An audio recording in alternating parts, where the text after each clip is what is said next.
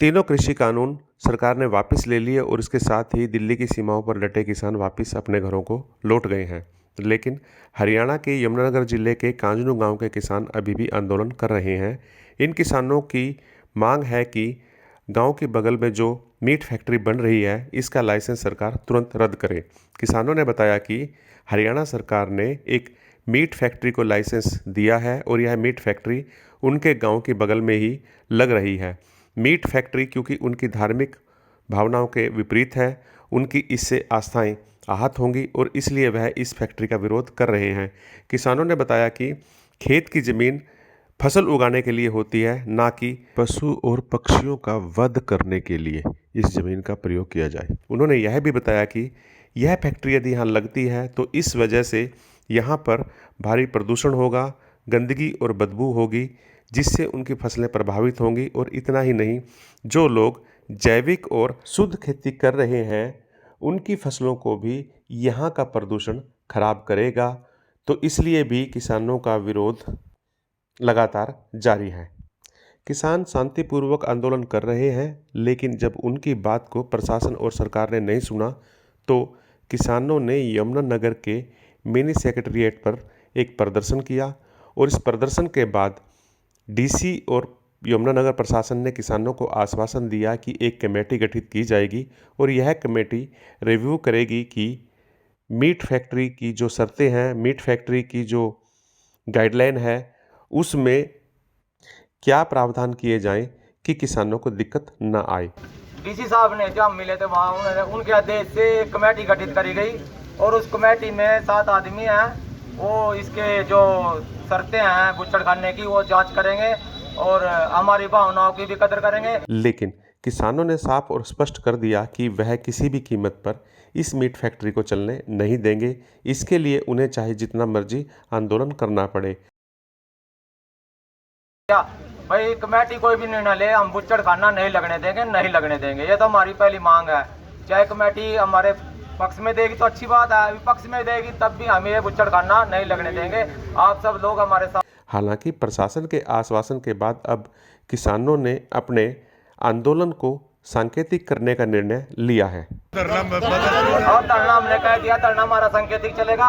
हम वहाँ अब भी बैठेंगे, धरना हम नहीं उठाएंगे जब तक हमारा कोई एनओसी रद्द नहीं होती, तब तक हमारा धरना भी चलेगा। अब 1 महीने के लिए चलो हम बोल रहे थे एसडीएम साहब सांकेतिक धरना कर देंगे, ज़्यादा तेज नहीं रखेंगे। अगर वो ढीले पड़े तो हम तेज हो जाएंगे, इसमें कोई शक नहीं है। आप सबका यहाँ कांजनू गांव और उसके आसपास के 15 से 20 गांव के किसान लगातार इस फैक्ट्री का विरोध कर रहे हैं और यह विरोध कई तरह के सवाल पैदा कर रहा है। सबसे बड़ा सवाल तो यह पैदा हो रहा है कि जब हरियाणा सरकार क्यों एक मीट की फैक्ट्री को लाइसेंस दे रही है, वह सरकार जो गायें बचाने की बात करती है, वह सरकार जो पशु हत्या रोकने की बात करती है, वह सरकार जो धर्म की बात करती है, आखिर वह सरकार कैसे इस तरह से किसी फैक्ट्री को कोई लाइसेंस दे सकती है कि वह यहाँ पर फ्रोजन मांस का काम कर सके।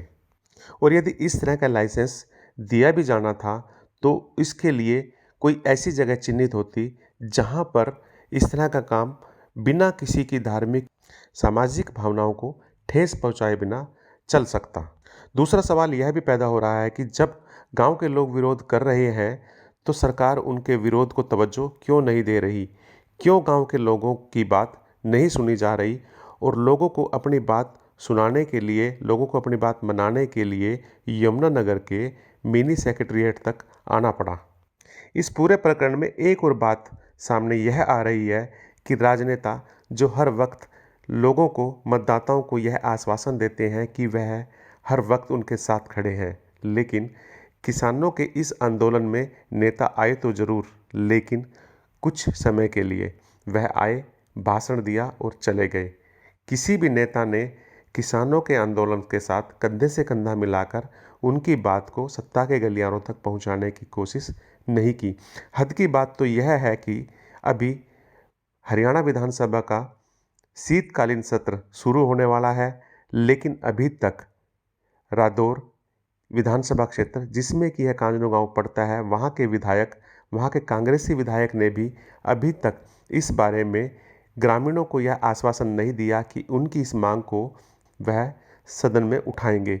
इतना ही नहीं, बीजेपी के नेता और बीजेपी के टिकट पर यहाँ से चुनाव लड़ने वाले करणदेव कंबोज एक बार भी अभी तक किसानों के बीच में नहीं आए और इससे यह साबित हो रहा है कि नेता किस तरह से किसानों को अपने वोट के लिए तो इस्तेमाल करते हैं, लेकिन जब किसान अपनी मांग को लेकर एकजुट होते हैं और संघर्ष करते हैं या आंदोलन करते हैं तो यह नेता उनके साथ खड़े नज़र नहीं आते। इससे एक बात और स्पष्ट हो रही है कि नेताओं को ग्रामीणों की, किसानों की समस्याओं से कोई वास्ता नहीं है। तो क्या ग्रामीणों को अपनी बात मनवाने के लिए अब इसी तरह से आंदोलनों का सहारा लेना पड़ेगा? यह सवाल भी अपने आप में बड़ा है।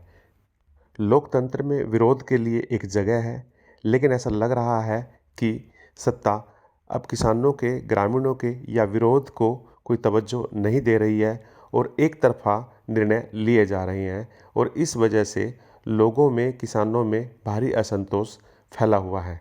कांजनू गांव के किसान प्रशासन के आश्वासन के बाद वापस तो चले गए हैं, लेकिन इससे उनका रोष कम नहीं हुआ। उन्होंने चेतावनी दी है कि यदि उनकी मांग नहीं मानी गई तो वह आंदोलन को और ज़्यादा तेज कर देंगे। हमने साफ साफ प्रधान जी ने बोल दिया कि किसी भी कीमत पर बुच्छड़ खाना तो लगने नहीं देंगे।